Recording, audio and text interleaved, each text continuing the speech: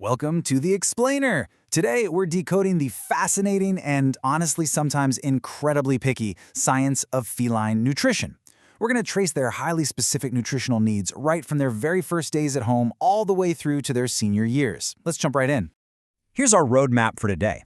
We'll cover bringing your kitten home, cats as obligate carnivores, tackling feline obesity, retaining lean body mass, the protein paradox, and finally, balancing your cat's diet. Starting right at the beginning, Section 1, Bringing Your Kitten Home, the essential first steps. Bringing a new feline family member home is incredibly exciting, right? But it's also a huge responsibility. I mean, think about this from their tiny perspective. A kitten has just left the deep security of their mother and their littermates. They're stepping into completely unknown sights, sounds, and smells. And suddenly, they're relying entirely on you for their safety, comfort, and confidence in this totally new world.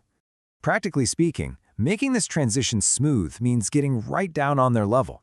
You've got to kitten-proof your space, hide those electrical wires, secure any toxic household plants, and put away small hazards, things like rubber bands. And when it comes to handling them, it is absolutely crucial to move gently to build trust. To pick a kitten up safely, just slide one hand, open wide, right under their stomach, and place your other hand under their rear. Providing this kind of solid physical support literally translates into emotional security for your new pet. Moving on to Section 2, Cats as obligate carnivores, the biology of feline diets. So, we're shifting from the home environment straight into their biological reality.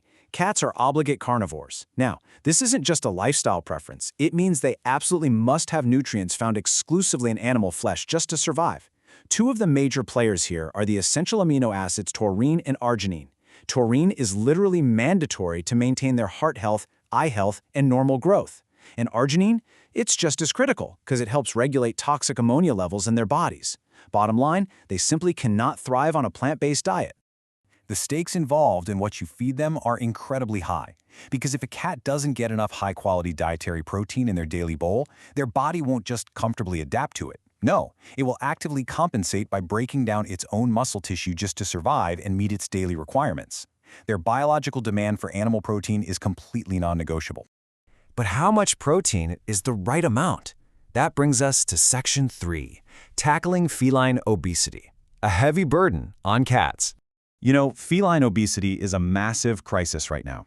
Over 25% of feline veterinary patients in the U.S. are overweight or obese, and that directly links to severe health problems like diabetes mellitus and joint lameness. So, the million-dollar question is, how do we fix it effectively? Well, let's look at a clinical weight loss trial from Purina. Researchers tested two groups of cats using diets with the exact same amount of calories, but completely different protein levels. One group ate a normal protein diet, making up 36.5% of their total daily calories, or metabolizable energy, and the other ate a high-protein diet at 46.4%. Both of these groups were put on a strict, healthy weight loss target of just 1% of their body weight per week. Let's see those results in Section 4, Retaining Lean Body Mass, the Weight Loss Showdown. To get the data, researchers use highly accurate DEXA scans to measure body composition both before and after the diet. And the results? A massive win. 50%. Cats fed the high-protein diet experienced an absolute game-changing 50% reduction in the loss of their lean body tissue compared to the normal protein group. So let's break down exactly what that means for your cat. The high-protein diet didn't just help them lose weight on the scale. It successfully promoted a significantly greater loss of pure body fat, all while actively conserving that vital, metabolically active lean muscle. Now, why does this matter so much? Because maintaining more muscle keeps their resting energy expenditure high. It literally keeps their metabolism firing. And that is the key to preventing them from rapidly regaining all that weight once the diet is actually over. Looking at those incredible fat loss numbers, you might logically ask yourself, is more protein always better? Is simply maxing out the protein in the bowl some kind of flawless miracle cure for every cat at every age under every circumstance? Well, as it turns out, the science says otherwise. Which brings us to Section 5, the protein paradox, a closer look at the gut microbiome. Let's dive into a really fascinating study from Hill's Pet Nutrition and Kansas State University that completely shifts how we think about all of this. Researchers formulated 3 diets with different protein levels, 28%, 35%, and a very high 55%. But they kept the fat and fiber exactly the same across all three groups. Now pay close attention to the impact this had on the microbiome. In the 28 and 35% protein groups, the gut bacteria happily fed on the available carbohydrates and proteins.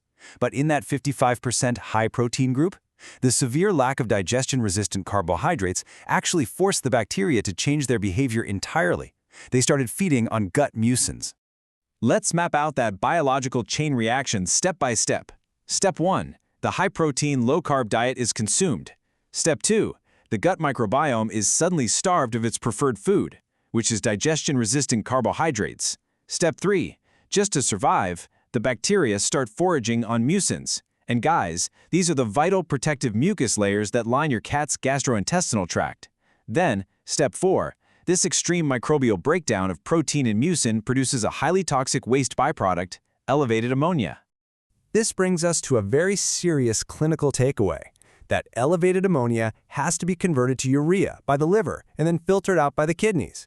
Now, in young, healthy cats, their bodies managed it just fine during the study. But this increased metabolic burden can heavily exacerbate existing renal or kidney conditions, and that is incredibly dangerous for aging and senior cats who are already prone to kidney disease.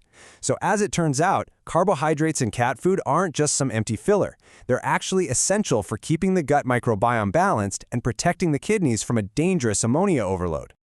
Let's pull all of this together in Section 6, Balancing Your Cat's Diet, Formulating the Perfect Bowl. So, the absolutely crucial point to take away from all this data is that a cat's ideal diet is entirely dependent on their current life stage and their health status. There's just no one-size-fits-all here.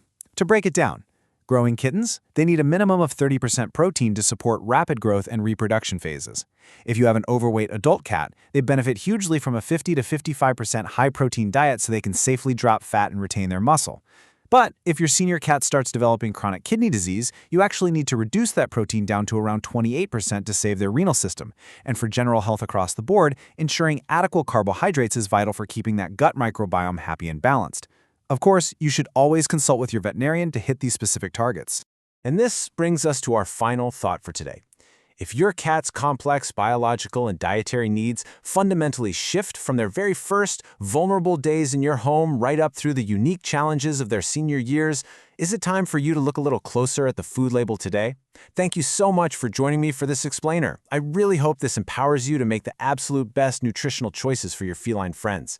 Keep learning and keep asking questions.